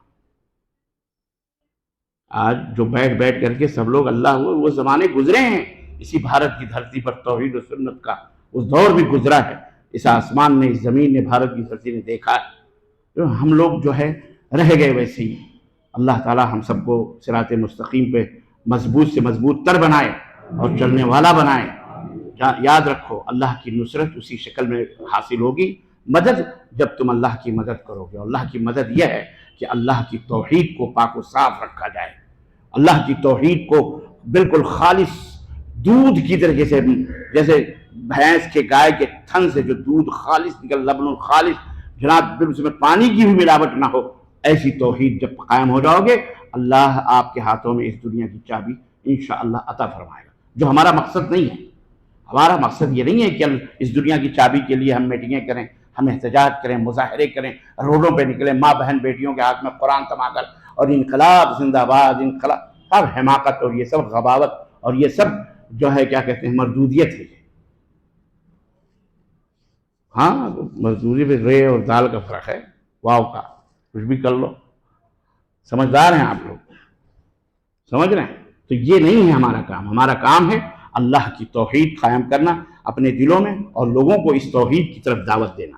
ہم امت انقلاب نہیں ہیں، امت ڈنڈا اور امت لاٹھی اور تلوار نہیں. یہ ہونے کے بجائے ہم امت ڈھول اور تاشے اور نگارے ہو گئے، امت ازار اور مزار اور درگاہ اور شد علم چبوترے تازیے ہو گئے، ٹٹ بنا کے خود اس کی پوجا کر. ہم امت دعویٰ ہیں. کنتم خیر امہ اخرجت للناس تأمرون بالمعروف وتنہون عن المنکر. یہ سب سے بڑا امر بالمعروف، بھلائی کا حکم یہ ہے کہ اللہ کی توحید کو لوگوں سے آشنا کیا جائے۔ آج تقریباً 20-25 کروڑ جو بھی مسلمان، خالی مسلمان، اس میں کتنے پرسنٹ ہیں جو توحید کو جانتے ہیں؟ تقریباً 70 سے 80% لوگ توحید سے ناواقف ہیں، بلکہ جو توحید کی بات بھی کرتے ہیں آپ ان کو بھی جا کے دیکھو تو وہ بھی عقیدے میں دلوں میں بٹھائے ہوئے ہیں کہ اللہ کے نبی سب کی سنتے ہیں، سب کے مشکلات کو حل کرتے ہیں۔ اللہ کے نبی تو زندہ ہیں، وہ مرے کہاں تھے؟ مرے بھی تھے تو ایک لمحے کے لیے آئی تھی انہیں بھی موت، پھر ہمیشہ کے لیے ان کی موت مر گئی۔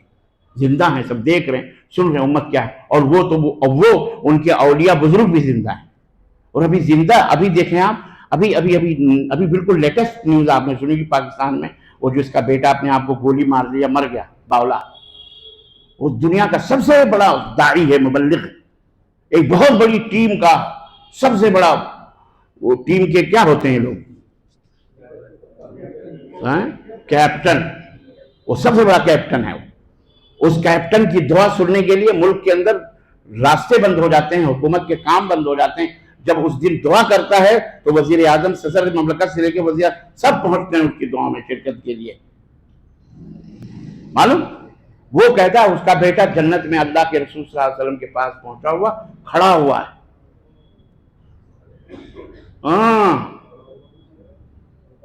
کسی نے کہا کیسے تمہیں پتہ چلا حضرت؟ کہا ایک بندہ ہے اسی پاکستان میں اس نے بتایا۔ کہا وہ کون ہے؟ کہا وہ اتنا بڑا ہے، اتنا بڑا بزرگ ہے کہ وہ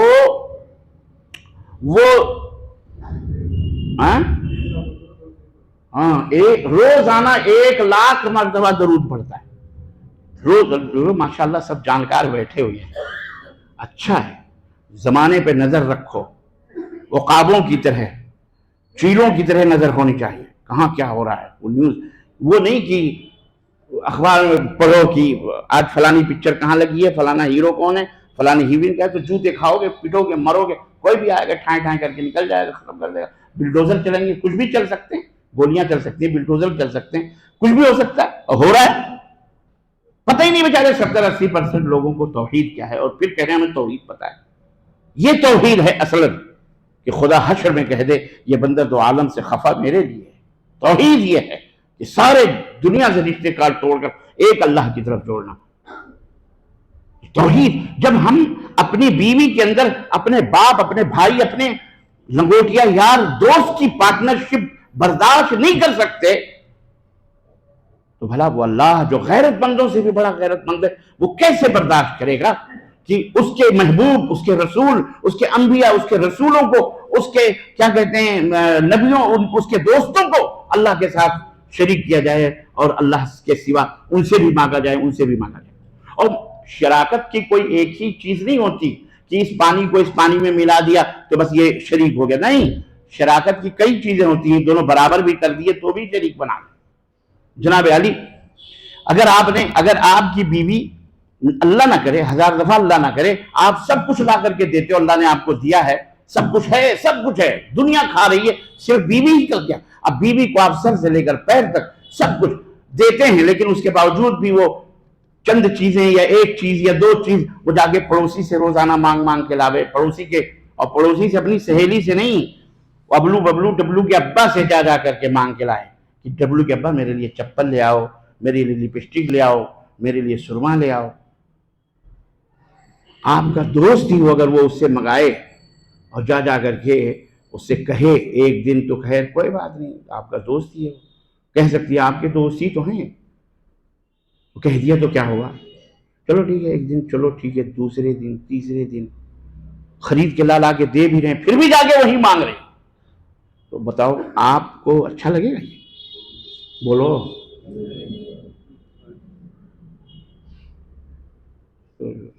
سوچ لو، ان کو سمجھاؤ، یاروں کو، اپنے دوستوں کو ان کو سمجھاؤ جن کے ساتھ بزنس کرتے ہو، اٹھتے ہو، بیٹھتے ہو، کھاتے ہو، پیتے ہو، ان بیچاروں کو نہیں پتا ہے۔ ایسے نہیں تو ایسے توحید کو سمجھاؤ کہ یار تو سمجھ تو صحیح میرے بھائی، اگر تو نہیں برداشت کر سکتا، تیرے پاس چھوٹی سی غیرت ہے، تو وہ اللہ جو غیرت مندوں سے بھی بڑا غیرت مند ہے، بھلا یہ بتا کہ وہ کیسے برداشت کرے گا کہ اس کے محبوبوں کو یا اس کے دوستوں کو یا اس کے کسی کو بھی اس کے ساتھ پارٹنر بنا جائے، شریک بنا جائے، اس سے بھی مانگا جائے ایاک نعبد و ایاک نستعین، اے اللہ ہم تیری ہی عبادت کرتے ہیں، تو سے ہی مدد مانگتے ہیں، اور جا کر یہ غیروں سے بھی مدد مانگ جائے، اور وہ بھی یار مدد.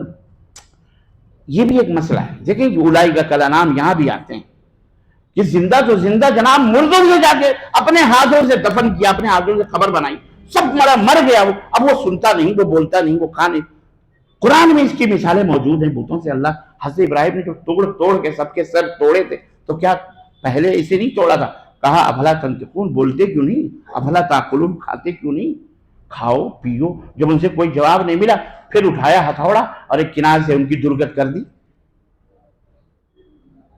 اما جو کھا نہ سکے، جو بول نہ سکے، وہ چل نہ سکے، جو پھر دیکھ نہ سکے، وہ خدا کیسے ہو سکتا ہے؟ وہ اللہ کیسے ہو سکتا ہے؟ وہ معبود کیسے ہو سکتا ہے؟ اتنی عقل نہیں ہے.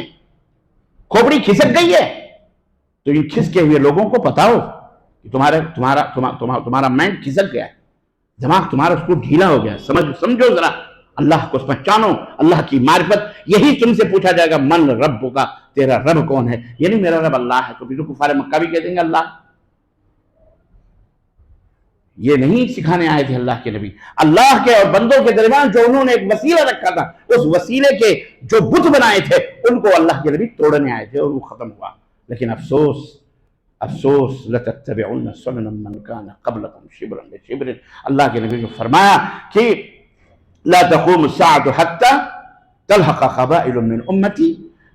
قیامت اس وقت تک نہیں آئے گی جب تک میری امت کے گروہ کے کچھ لوگ، میری امت کی ایک جماعت جب تک کہ بت پرستوں سے جا کے مل نہ جائے، یعنی انہی کی طرح بتوں کی پوجا نہ کرنے لگے. جب تک یہود و نصارہ کے نقش قدم پر آپ نہیں چلو گے یہ ہوگا. تو ہم اور آپ، جب اللہ کے نبی نے ایسی بتایا کہ جا کے مل جاؤ، اسی لیے اللہ کے نبی نے بتایا، نہیں ڈرایا اللہ کے نبی نے کیوں؟ اس طرح نہ بننا. ہم تو نہ جانے کس کے بے حسب اور نسب نام و پتہ کی عبادت اور پرستش میں ہمارے بعد مسلمان لگے ہوئے ہیں، پھول گاگر چادر چڑھاتے ہیں، مٹھائیاں.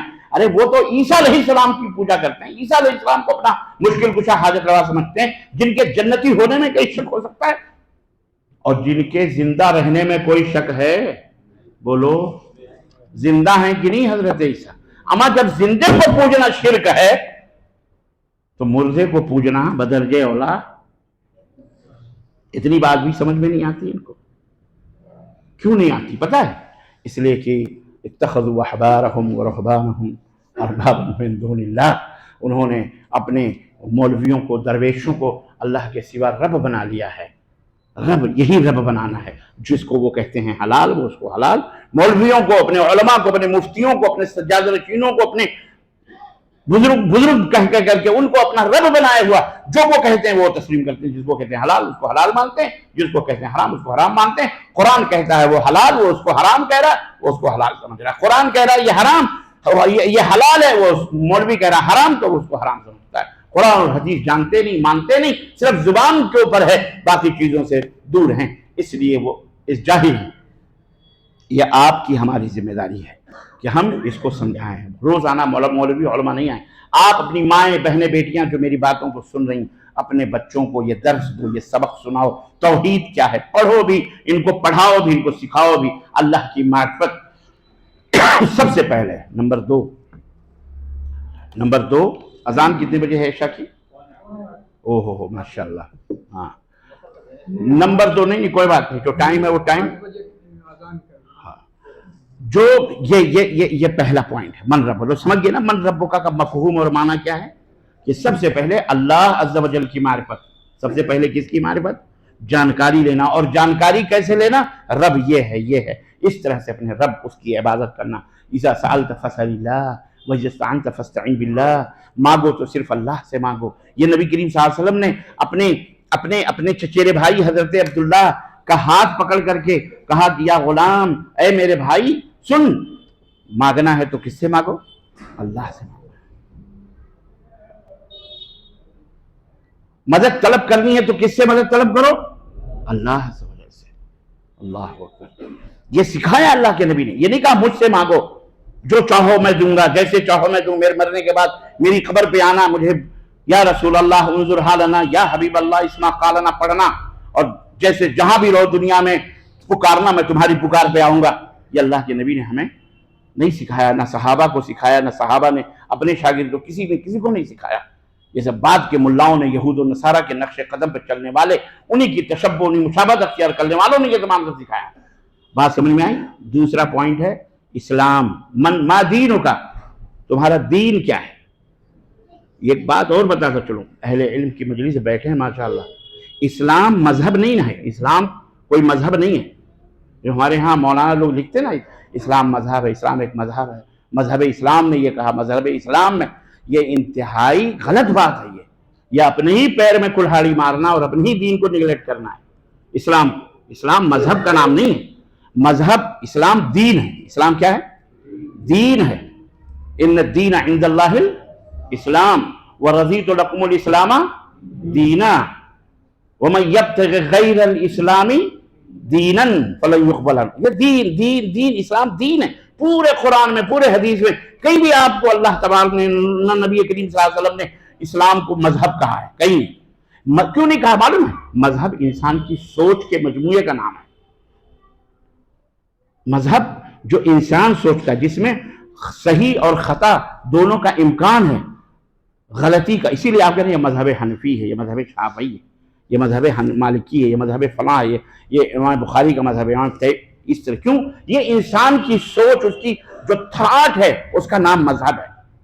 وہ غلط بھی ہو سکتی ہے، وہ تھاٹ، وہ سوچ غلط بھی ہو سکتی ہے، وہ مذہب غلط بھی ہو سکتا ہے اور صحیح بھی ہو سکتا ہے. اللہ کے رسول صلی اللہ علیہ وسلم نے فرمایا کہ جس نے دین اسلام کے اندر کوئی اجتہاد کیا، محنت کی، کوشش کی کسی مسئلے کے نکالنے میں، اگر وہ درستگی کو پا لیا فَلَهُ أَجْرَانِ، تو اس کے لیے 2 ثواب ہے، اور اگر کہیں غلطی کیا تو اس کے لیے 1 ثواب ہے. اس کے لیے 1 ثواب. تو یہ مذہب علماء اور مفکرین کی سوچ کے راستوں کو مذہب کہا جاتا ہے، اور اسلام کا جو راستہ ہے اس کو کیا کہا جاتا ہے؟ دین. اس کو کیا کہا جاتا ہے؟ تو آئندہ نہیں کہنا مذہب اسلام. اچھا، اس کی ایک سبب، یہ بات میں اس لیے کہہ رہا ہوں کہ آج کل اخباروں میں، بیانوں میں بھی وہ کہتے ہیں جی، لوگ کہتے ہیں ہمارے دیش کے جو اکثریت ہیں، جن سے ہمارے دلوں میں ہمیں نفرت دلانے کی کوشش کی گئی ہے. حالانکہ اسلام نفرت کا نام نہیں ہے. اسلام محبت کی بات کرتا ہے، پریم کی بات کرتا ہے. اور وہ بیچارے آج کل اب کیا کریں، یہ بتاؤ، کہتے ہیں نا کہ یار ہمارا اپنا ہی گھر پیاسا ہو تو دوسرے کے گھر میں ہم پانی کیسے ڈال سکتے ہیں. مسئلہ یہ بھی ہے کہ ہمارے گھر ہی کے اندر کلمہ پڑھنے والے جب بگڑے ہوئے لوگوں، ہمارا بیٹا ہی جب غلط ہے تو ہم دوسرے کے بیٹوں کو کیا نصیحت کر سکتے ہیں. لیکن کب تک ہم یہیں اٹکے رہیں گے؟ یہ بھی تو مسئلہ ہے. ہمارے دیش کے جو لوگ ہیں یہ بیچارے محتاج ہیں توحید کو جاننے کے لیے، اسلام کو پہچاننے کے لیے. ان کو نہیں پتا اسلام کیا. وہ سمجھتے ہیں یہ جو سگریٹ پی رہا ہے، یہ جو گٹکے کھا رہا ہے، یہ جو پان کھا رہا ہے، یہ جو ڈھابے بیٹھ کر صبح سے لے کے شام تک جھوٹ بولتا ہے، یہ اس کے حق کو مار رہا ہے، وہ اس کے تجاوزات کر رہا ہے، وہ اس کی زمینوں کو لوٹ رہا ہے، وہ اس کے جیبوں کو لوٹ رہا ہے، یہ ٹھگ رہا ہے اس کو، وہ گالیاں دے رہا ہے. ایک سے ایک لوڈوں سے پوچھو، لڑکوں سے ہمارے دلی کی گالیاں، اعوذ باللہ استغفر اللہ، واللہ دل وہ گولیاں اتنا کام نہیں کرتی جتنا گالیاں کام کرتی ہیں. یہاں پہ یہ جو لوگ ہیں کھڑی کھڑی گالیاں دیتے ہیں، ماں بہن کی گالیاں، اعوذ باللہ استغفر اللہ. ہم مسلمانوں کے اندر، غیر مسلموں کو چھوڑو یار، ان کو اڑائی کا گلا نام. یہ مسلمان ہیں. ہم نے جو تصویر اسلام کی پیش کی اپنے برادران وطن کے لیے، ہم میں زیادہ کرمنل، ان کے اندر اتنے کرمنل نہیں ہیں. 5 دن میں جیل میں تھا، بامبے کے تھانے کی جیل میں. یاروں نے پہنچوایا تھا، اللہ انہیں ہدایت عطا فرمائے. مجھے کوئی غم نہیں ہے، خوشی ہے. بھارت کی آخری دیوار بھی میں نے دیکھ لی ہے. یہی بھارت کی آخری دیوار ہے. اس کی حد یہی ہے، اس سے زیادہ کچھ نہیں بھارت کر سکتا. یہ بھی اللہ کا شکر ادا کرتے ہیں. وہاں صبح سے شام لاؤڈ اسپیکر میں اعلان ہوتا تھا. 7 بجے کے بعد بیرکیں بند ہو جاتی تھی. ہم بھی بیرک میں ہو جاتے تھے. ایک کمرہ تھا، اتنی موٹی موٹی سلاخیں تھیں، ایک بستر، ایک کٹورا اور ایک پلیٹ،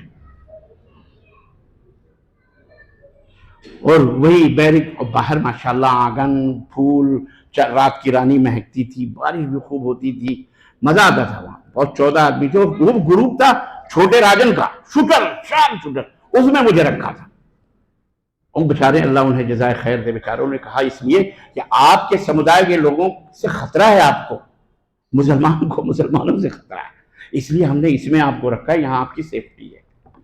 اللہ جس کی حفاظت کرے، گلاب کی حفاظت اللہ کانٹوں سے کرتا ہے، کس سے؟ ہے یہ اللہ کی مرضی ہے، کون آپ کے کب کام آ جائے آپ نہیں جانتے۔ بامبے کے اندر تو ہم نے یہی دیکھا کہ جو مسلمانوں 4-5 میرے پیچھے لگے تھے مارنے کے، ان سے بہتر تو بیچارہ ہمارے پولیس والے تھے جنہوں نے ہمیں حلقے میں لیا، کہا سر آپ کو پریشان ہونے کی ضرورت نہیں، ہم ہیں نا، چلیے آپ، جالی والی گاڑی میں بٹھا لیا۔ تو عرض کرنے کا مطلب یہ ہے کہ یہ کہاں سے بات آ گئی ہے؟ ہاں، اسلام کے بارے میں میں یہ کہہ رہا ہوں کہ اللہم صلی علی محمد وعلی آل محمد کما صلیت علی ابراہیم وعلی آل ابراہیم انک حمید مجید۔ یار ہاں میں کہتا ہوں کہ یعنی یہاں پہ تو بہت سارے مقام پہ ہمیں یہ سمجھ میں آتا ہے کہ مسلمانوں سے بہتر تو یہ ہیں ہمارے لیے، کیونکہ ہم نے تو آج وہ جو ہمیں برا سمجھتے ہیں، ہم نے انہیں اسلام کا پریچے نہیں دیا، ہم نے ان کو اسلام کا تعارف نہیں کرایا، ہم خود صحیح مسلمان نہیں ہیں محترم۔ ہمارا اسلام کون سا ہے؟ جا کے اپنے گھروں پہ دیکھنا اپنے آپ کو، آئینہ کبھی جھوٹ نہیں بولتا ہے، اور پوچھنا اپنے دل سے کہ ہم کیا اسلام کے صحیح راستے پر چل رہے ہیں؟ کہیں ایسا تو نہیں ہم نے اپنے بھائی کا حق مارا، یا کسی مسلم غیر مسلم کا ہی حق مارا، تالا توڑ کے کسی کے گھر میں گھس گئے؟ کون ہے بھائی؟ دان ہیں، دادے ہیں یہ بہت بڑے یہاں کے، یہاں دلی میں کیا بولتے ہیں ان کو؟ بامبے میں تو دادا بولتے ہیں، بھائی ہیں بھائی، یہاں کیا بولتے ہیں؟ بھائی بولتے ہیں، یعنی جو ناجائز طریقے سے جو مارتے ہیں، شوٹ کرتے ہیں، مارتے ہیں، قبضہ کرتے ہیں، چلے فصیح اردو ہے غنڈہ، ہاں غنڈہ گردی جو کرتے ہیں، غنڈہ بنا پھر رہا ہے۔ تو یہ مسلمان اس میں، ہاں یہ بات اس پہ آئی تھی کہ صبح سے لے کر شام تک میں جتنے نام مسلمان لڑکوں کے سنتا تھا، اعلان ہوتا نا اس میں فلانے یوسف، زید، بدر، عامر جو بھی ہیں، آپ کی فائلیں آ گئی ہیں، ان کو فوری طور پر جیل کی گیٹ پر بھیجو، تو میں غور سے سنتا تھا اس میں مسلم کتنے ہیں اور اس میں نان مسلم کتنے ہیں۔ واللہ زیادہ تر مسلمانوں کے نام 70 سے 80% مسلمانوں لڑکوں کے نام آتے تھے، 2-5-10% سے غیر مسلموں کے نام آتے تھے۔ زیادہ مسلمان آج بھی جا کے جیل میں دیکھیے آپ کو سب مسلمان نظر آئیں گے، چند % غیر مسلم کے نظر آئیں گے۔ ہمارے بچے، ہماری عورتیں، ہماری لڑکیاں زیادہ تر ہماری لڑکیاں جتنی تعداد میں غیر مسلموں کے ساتھ بھاگ رہی ہیں اتنی تعداد میں غیر مسلم کی لڑکیاں نہیں بھاگ رہی ہیں۔ اور اب تو معاملہ الٹا ہو گیا، لڑکیاں کہاں، لڑکیاں غیر مسلم کے لڑکوں کو لے کے بھاگتی ہیں، ہماری لڑکیاں بھاگتی ہیں، اور ان کی لڑکیاں مسلمان لڑکوں کو لے کے، پہلے لڑکے بھگاتے تھے اب لڑکیاں خود بھگاتی ہیں۔ سوچو ذرا، جب تک آپ اپنے گھر کی حفاظت نہیں کرو گے کوئی دوسرا نہیں آئے گا حفاظت کرنے کے لیے۔ گورنمنٹ ہے، گورنمنٹ کسی کی نہیں ہوتی، ووٹ دے دیا بات ختم، اللہ خیر اللہ، تم نپٹو ان سڑکوں سے، ان راہوں سے، بدبو آئے یا کیڑے ہیں، مکوڑے ہیں، بیکٹیریاز ہو، مریض ہو، بیمار ہو، کورونا ہے، کچھ بھی ہے، تم نپٹو، اس کو کیا پڑی ہوئی ہے، وہ تو اپنا راج محل میں پڑا ہوا ہے، بہترین جناب عالی، 50 سینکڑوں نوکر لگے ہوئے ہیں، پڑا ہوا ہے۔ آپ کو سمجھنا ہے تو آپ صحیح مسلمان بنو، اسلام ما دینوں کا، تمہارا دین کیا ہے؟ آپ ایسے کہ اسلام، تو اسلام کس کا نام ہے؟ کسی ماں بہن کو گالیاں تو اسلام ہے؟ اللہ کے رسول صلی اللہ علیہ وسلم فرمایا لعن اللہ من ذبح لغیر اللہ، اللہ کے سوا جو غیروں کے نام کے ذبیحے ذبح کرتے ہیں اللہ کی لعنت ہوتی ہے، چاہے غوث کا کے نام کے ذبح کرو چاہے ان کی طرف سے ذبح کرو۔ سمجھ بات آئی؟ ان کو خوش کرنے کے لیے، بتوں کے لیے یا خواجہ یا غوث کسی کے بھی نام سے، ان کے اوپر لعنت ہوتی ہے۔ اور دوسرا وہ بندہ من سب والدیہ، اس کے اوپر بھی لعنت ہوتی ہے جو اپنے ماں باپ کو گالی دے، جو اپنے ماں باپ کو گالی دے۔ ایک صحابی نے کہا اللہ کے نبی اتنے بھی نالائق ہو جائیں گے لوگ کہ اپنے ماں باپ کو گالی دیں گے؟ کون اپنے ماں باپ کو گالی دے گا؟ سب تو ایسا نہیں کرتے۔ تو آپ صلی اللہ علیہ وسلم نے فرمایا کیا ایسا نہیں ہوتا کہ تم کسی کے ماں باپ کو گالی دو تو وہ پلٹ کے تمہارے ماں باپ کو دیتے ہیں نا گالی. آپ نے ان کے ماں باپ کو گالی دی تو اس نے دیا. تو اللہ کے نبی فرماتے ہیں وہ تم نے ہی اپنے ماں باپ کو گالی دی. اب سوچو آپ کتنے ماں باپ کو اپنے گالیاں دلاتے ہو, اور لعنت کے شکار ہمارے بچے, ہمارے نوجوان, ہمارے بڑے بنتے ہیں. یا ہماری عورتیں یہ کم میں نہیں ہیں, لوٹے بھر بھر کے گالیاں دیتی ہیں. آپس میں لڑائی جھگڑا ہو تو ایک گلی میں, اور آمنے سامنے کی سامنے پکڑ کے خوب چھوٹی چوبل ہوگی ایک دوسرے کی. گالیاں بڑی آسانی کے ساتھ, دعائیں ان کو پوچھو نہیں.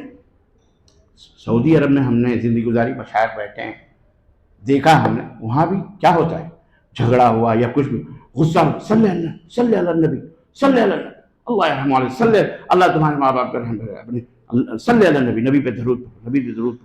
غصہ ٹھنڈا کرتے ہیں. اور ہم تیری ماں, تیری بہن, تیری فلان, تیری ویسی, بڑی آسانی سے ماں بہنیں بیچاریاں ہماری آسانی کے ساتھ, اور پھر وہ بھی ہماری ماں بہن.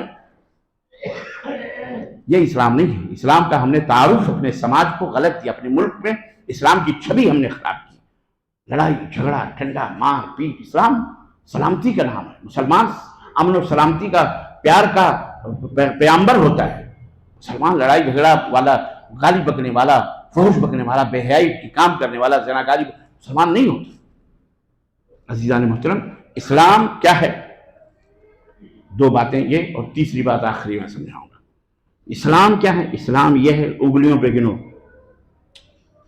آج ابھی آپ سے ہم پوچھیں, یا جو نوجوان بھی ہیں, کہ آپ مجھے بتاؤ کہ آپ مسلمان کیوں ہیں؟ تو اس کی تعریف میں سمجھتا ہوں بہت کم لوگ ہوں گے جن کو پتا ہوگا, نمبر ایک. نمبر دو, اگر ان سے پوچھو کہ آپ کا اسلام کیا کہتا ہے, آپ کا اسلام کیا کہتا ہے, تو چاہے مرد ہوں یا عورت, سب کہیں گے نماز پڑھو, روزہ رکھو, حج کرو, زکات دو, اچھی باتیں کرو, شراب نہ پیو, زیادہ زیادہ, ہے کہ نہیں؟ نماز پڑھو, اللہ کی عبادت کرو, یہی اسلام ہے. کیا کرو؟ اللہ کی عبادت کرو, یہی اسلام ہے. یہی ہے نا؟ بولو. سب کہیں گے ہاں یہی ہے. لیکن اسلام ہے کیا آپ کو خود پتہ نہیں. آپ مسلمان کیوں ہیں آپ کو خود پتہ نہیں. تو اس کا علم چاہیے, معلوم کرنا چاہیے کہ نہیں کرنا چاہیے؟ بھولنا نہیں. یہ جو میں بتا رہا ہوں 3 پوائنٹ ہیں اس میں, اپنی انگلیوں پہ گن لینا. اور ماں بہن بیٹیاں بھی سن رہی ہیں. یہ میں کوئی قصہ کہانی نہیں بتانے کے لیے آیا, کیونکہ ٹائم نہیں ہے, اس لیے میں صرف بہت ہی اہم باتیں آپ کے ذہنوں میں بٹھانا چاہتا ہوں.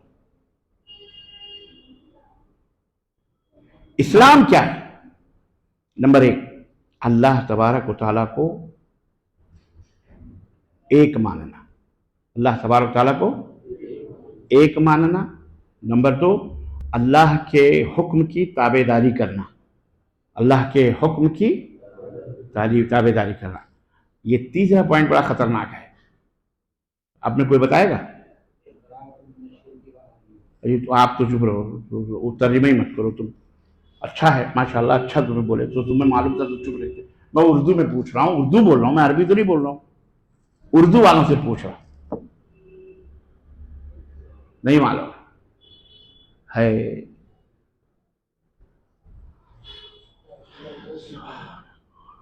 غالب نے کہا تھا آپ کے شہر کے, غالب آ گئے, ہوئے مر کے ہم جو رسوا, ہوئے کیوں نہ غر کے دریا, ہوئے مر کے ہم جو رسوا, ہوئے کیوں نہ غر کے دریا, نہ کوئی جنازہ اٹھتا, نہ کوئی مزار ہوتا, یہ نہ تھی ہماری قسمت کی وصال یار ہوتا. مسلمانوں, بڑی غیرت کی بات ہے. اور ان بچوں سے اگر میں پوچھوں تو بیچارے وہ معصوم ہیں, جب ان کے باپوں کو پتہ نہیں, ان کی ماں کو پتہ نہیں, ان کو کیا معلوم ہوگا. اسلام یہ ہے کہ اللہ تبارک و تعالیٰ کو ایک ماننا. نمبر دو, صرف اللہ تعالیٰ کی, یا صرف نہیں, اللہ تعالیٰ کی حکم کی تابع داری کرنا. اور نمبر تین, صرف اللہ کی عبادت کرنا, اللہ کے ساتھ کسی کو شریک نہ کرنا. یہ 3 باتوں کا نام اسلام ہے.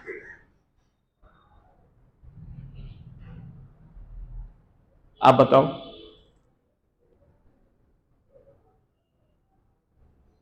آپ بتاؤ. نہیں تو ٹوپی نکال کے نیچے رکھ دو. خام خواہ مسلمان بنے پھرتے ہو، پتہ ہی نہیں مسلمان کس کو کہتے ہیں. بولو. اللہ کو ایک ماننا، ہاں نہ، اللہ کو ایک ماننا، اور نمبر 2 اللہ کے حکم کی تابع داری کرنا، نمبر 3 صرف اللہ کی عبادت کرنا، اللہ کے ساتھ کسی کو شریک. صرف اللہ کی عبادت کرنا ہی اسلام نہیں ہے، اس کے ساتھ یہ بھی ہے کہ اللہ کے ساتھ کسی کو شریک نہ کیا جائے. یہ بھی اگر آپ نے اللہ کی عبادت کی لیکن اس کے ساتھ اللہ کے ساتھ شریک بھی کیا تو یہ ساری چیزیں آپ کے منہ پہ مار دی جائیں گی. اللہ کو یہ کوئی آپ کے اس دین، یہ دین اسلام ہے ہی نہیں، یہ اس کو اسلام کہتے ہی نہیں ہیں، اس کو اسلام کہا ہی نہیں جائے گا کہ صرف اللہ کی عبادت کریں اور اللہ کے ساتھ غیروں کو بھی شریک کریں. یہ اسلام نہیں ہے.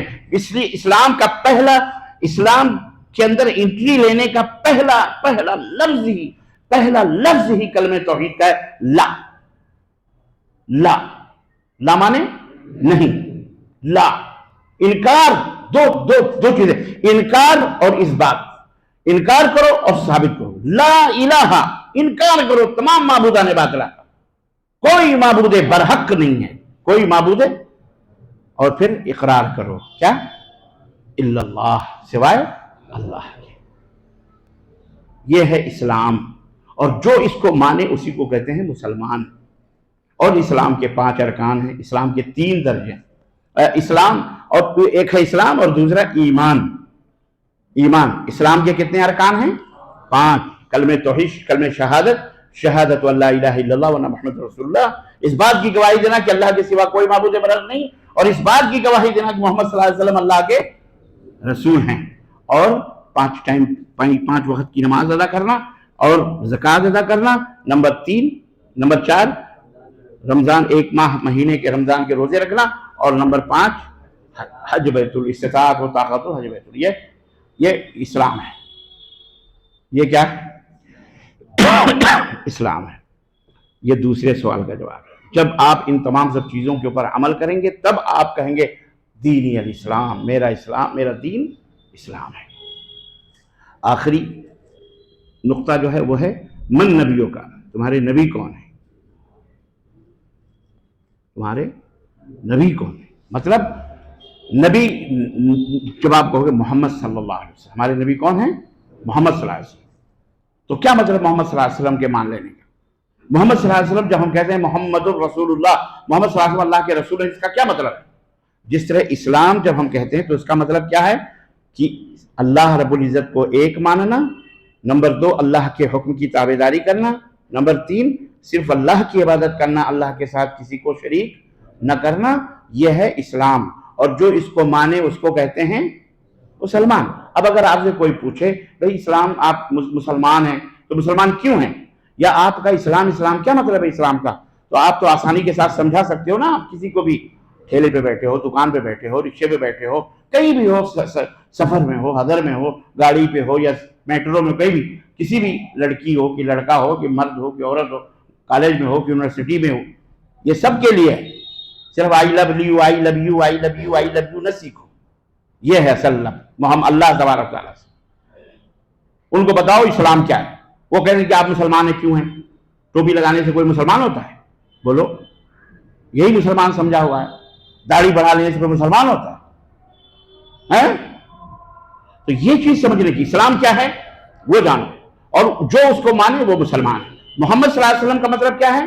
محمد صلی اللہ علیہ وسلم کا مطلب ہے کہ اللہ کے رسول صلی اللہ علیہ وسلم کے اوپر یقین کرنا، ایمان لانا، اللہ کے رسول صلی اللہ علیہ وسلم کے حکم کی تابع داری کرنا، اور اللہ کے نبی نے جو غیب کی باتیں بتائی ہیں، اللہ کے نبی کے حکم کی تابع داری کرنا، جن چیزوں سے منع کیا ان سے رک جانا، اور جو کچھ بھی باتیں اللہ کے رسول صلی اللہ علیہ وسلم نے غیب کی بتائی ہیں جو ہم نے نہیں دیکھی ہیں، ہم نے اللہ کو نہیں دیکھا، ہم نے میزان نہیں دیکھا، ہم نے قیامت نہیں دیکھی، ہم نے آخرت نہیں دیکھی، ہم نے جنت نہیں دیکھی، ہم نے دوزخ نہیں دیکھی، ان تمام سب باتوں کی تصدیق کرنا.